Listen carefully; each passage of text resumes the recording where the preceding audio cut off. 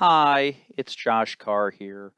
Want to talk to you today about yield maintenance calculations. For whatever reason, there are a bunch of videos on this topic, and people seem to write a lot about it, but no one ever actually gives you the formula.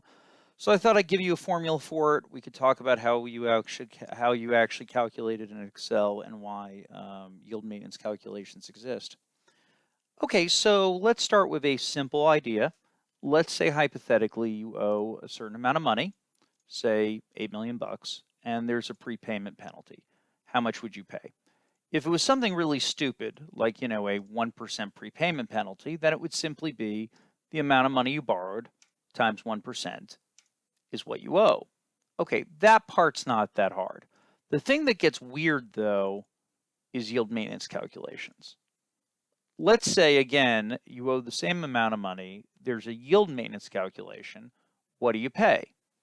Well, we need a few bits of information for this. The first thing is, and let me just adjust the resolution here.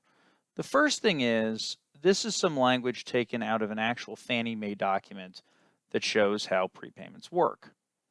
And so in this case, it says, if there's a prepayment, there are one of two ways it gets calculated. Option one, you give us 1% of the money. That much we figured out. Option two, the amount of principal being prepaid, that would be the 8 million and change, times this bit of machinery. So what it basically works out to is, this is the rate that you borrowed the money at.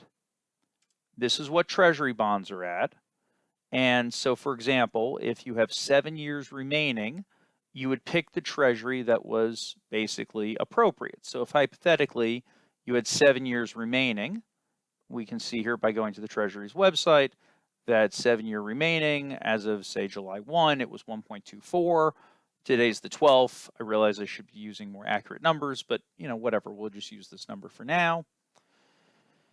This minus this, why do we have these two different rates? It's basically, the idea is the lender basically says, look, I lent you money at 3.5. I want to know if you prepay me that I absolutely positively am going to get the same 3.5% on my money that I originally was supposed to get. So what you're going to pay me is the difference between the 3.5 and the 1.24 for the remaining 7 years. Now, at first glance, you might say, well, 3.5 minus 1.24 is 2.26.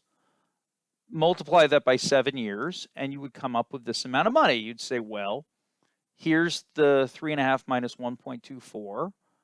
Here's the number of months. That's 7 years. Let's multiply that by 8 million, and there you go. That's the size of the penalty. Now, that would be the simple way of doing it. But when you think about it, if I'm paying you a fat penalty for the money that was lost, or I should say the money I'm not paying you over the next 7 years, it's not enough that I just say, here's the amount of money. We would also have a present value factor on that. Because remember, me giving you money today is always different than me giving you money in the future.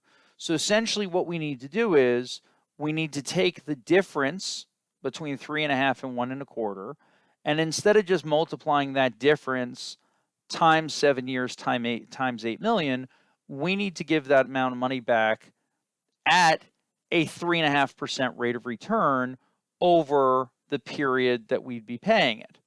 In other words, it becomes this ugly beast. It becomes 8 million times 3.5 minus 1.25, in other words, 2% and change, times this bit of machinery. That bit of machinery is this present value factor. And that's basically a time value of money calculation. It's essentially saying, me giving you $1 today is more valuable to you than me giving you $1 in the future. So in other words, instead of me giving you 1.3 million today, if I give you 1.2 million today, then it's like giving you 1.3 million over 7 years, discounted at a 3.5% rate of return. Or sorry, discounted at a 1.24% rate of return, because we're discounting it at the bond rate, at the treasury bond rate. That's what it's doing. And again, If you've never seen this before, it's simply 8 million times 3.5 minus 1.24 times 1 minus, open parentheses, 1 plus 1.24 to the power of 7 years divided by 1.24. In other words, I'm giving you that amount of money, that 1.3 million, over a 7-year period, discounted at 1.24% on your money. That's what it's doing. The other bit of ugliness here, and this is something I'm not going to get into, is, of course, this is great if I owe you the money over a 7-year period and we have a 7-year treasury.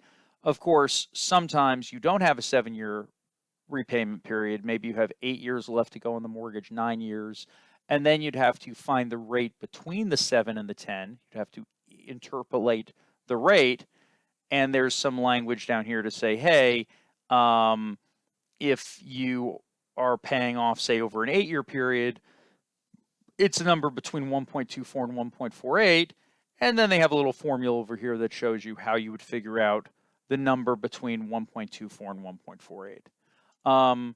In any event, this is a Fannie Mae document. I figured I'd use it. It explains yield maintenance. And, my closing thought, which is, I guess, really just the point, is if you say to a bank, I'm going to give you money or at a 3.5% rate of return, they want to get that money over the period of time you're supposed to pay them.